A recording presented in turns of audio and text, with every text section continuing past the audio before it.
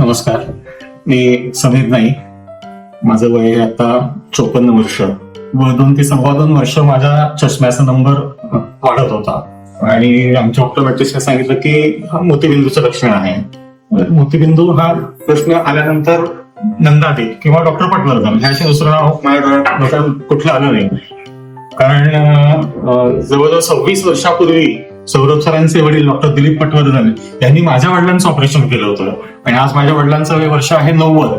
आज आहे त्यांची दृष्टी इतकी उत्तम आहे, त्यामुळे मोतीबिंदूचं ऑपरेशन म्हटल्यावर माझ्या डोक्यात दुसरं कुठलंही नाव आलं नाही. प्राथमिक तपासण्या सगळ्या केल्यानंतर 17 सप्टेंबरला माझ्या एका डोळ्याचं ऑपरेशन झालं आणि 3 तारखेला दुसऱ्या डोळ्याचं ऑपरेशन झालं.